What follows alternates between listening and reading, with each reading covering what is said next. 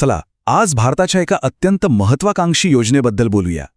ही योजना आहे संपूर्ण देशासाठी एक असं भविष्यवेधी अभेद्य संरक्षण कवच तयार करण्याची, जे अक्षरशः कोणत्याही हल्ल्याला परतवून लावू शकेल. अच्छा, जरा विचार करा की आजच्या काळातलं युद्ध कसं असतं. एकाच वेळी म्हणजे एकाच क्षणी शेकडो मिसाईल्स, ड्रोन्स आणि फायटर जेट्स हल्ला करत आहेत. मग अशा परिस्थितीत काय करणार? त्यांना कसं रोखणार? हाच तो प्रश्न आहे जो आज जगातल्या सगळ्या मिलिटरी प्लॅनर्सना सतावतोय. कारण युद्धाचं स्वरूप आता पूर्णपणे बदललं आहे. आपण नुकतंच पाहिलंय की एक शक्तिशाली हवाई संरक्षण किती महत्त्वाचं असतं, आणि भारतासाठी तर सीमेपलीकडून येणाऱ्या अत्याधुनिक लांब पल्ल्याच्या शस्त्रास्त्रांचा धोका हे आता एक कठोर वास्तव बनलाय. तर ह्या नव्या प्रकारच्या धोक्यांना तोंड देण्यासाठी, जे कुठूनही आणि कधीही येऊ शकतात, एका पारंपरिक उत्तराने काम चालणार नव्हतं. गरज होती एका नव्या क्रांतिकारक उत्तराची. आणि हेच आहे भारताचं उत्तर. मिशन सुदर्शन चक्र. देशाच्या 79व्या स्वातंत्र्यदिनी याची घोषणा झाली. हे एक असं सर्वसमावेशक संरक्षण कवच आहे जे संपूर्ण देशाला सुरक्षित ठेवण्यासाठी बनवलं जातंय. आता गंमत म्हणजे या योजनेची तुलना अनेकदा इस्रायलच्या प्रसिद्ध आयरन डोमशी केली जाते. पण एक गोष्ट इथे लक्षात घ्यायलाच हवी. भारताची ही जी संकल्पना आहे ती कितीतरी पटीने मोठी आहे, म्हणजे संपूर्ण देशव्यापी आहे. या मिशनचं नावच इतकं बोलकं आहे, सुदर्शन चक्र. पुराणातलं भगवान विष्णूंचे ते दैवी शस्त्र जे संरक्षणाचं प्रतीक मानलं जातं, आणि तेच नाव या मिशनला दिले गेलंय, जे संपूर्ण देशाचं रक्षण करणार आहे. ठीक आहे, मग हे संरक्षण कवच नक्की काम कसं करतं? चला या प्रणालीच्या आत डोकावून पाहूया आणि तिचे मुख्य घटक समजून घेऊया.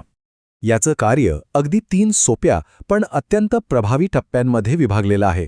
पहिला, धोका ओळखा. दुसरा, त्यावर प्रतिक्रिया द्या.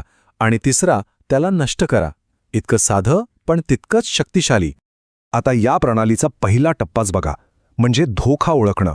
याचंच प्रमाण किती प्रचंड आहे याचा विचार करा.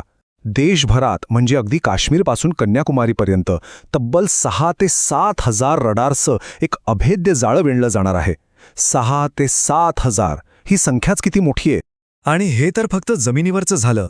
हे जे रडारचं जाळं आहे ते तब्बल 52 नवीन उपग्रहांशी जोडलं जाईल, जे अवकाशातून 24 तास देशावर करडी नजर ठेवतील.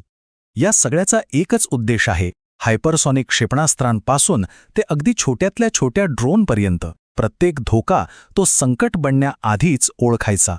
एकदा का धोका ओळखला गेला की ही प्रणाली आपल्या बहुस्तरीय शस्त्रागारातून योग्य शस्त्र निवडते. यात लांब पल्ल्याच्या क्षेपणास्त्रांपासून ते प्रकाशाच्या वेगाने हल्ला करणाऱ्या लेझर शस्त्रांपर्यंत सगळं काही अगदी तयार असेल. चला आता या प्रणालीच्या हृदयाकडे वळूया. तो खरा गेम चेंजर जो हे सर्व शक्य करतो, आणि तो म्हणजे AI, म्हणजेच आपली कृत्रिम बुद्धिमत्ता. या प्रणालीचा सगळ्यात महत्त्वाचा भाग म्हणजे सर्व सेन्सर्सकडून येणारी प्रचंड माहिती एकाच ठिकाणी एकात्मिक कमांड सेंटरमध्ये जमा होते, आणि तिथेच खरा निर्णय घेतला जातो. आणि इथे एक गोष्ट लक्षात घ्यायला हवी, हे काही फक्त सेन्सरला शस्त्राशी जोडण्याचं काम नाहीये. नाही, अजिबात नाही. याच्या मागे खरा खेळ आहे तो AI आणि क्वांटम कम्प्युटिंगचा. म्हणजे विचार करा, कोणताही माणूस विचार करेल त्याच्या हजारो पट वेगाने धोक्याचा अंदाज लावणं, पुढे काय होऊ शकतं हे ओळखणं आणि त्यावर लगेचच प्रतिक्रिया देणं, हे सगळं AI करणार आहे.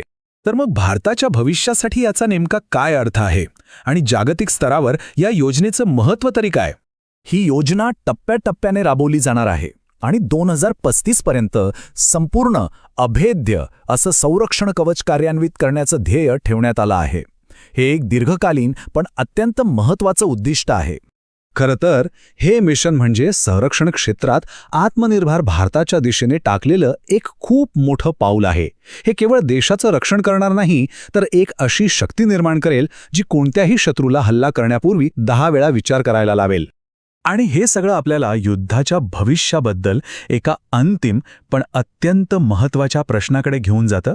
जेव्हा AI जीवन आणि मरणाचे निर्णय सेकंदाच्या आत घेऊ लागेल, तेव्हा खरं नियंत्रण नक्की कोणाकडे असेल, माणसाकडे की मशीनकडे?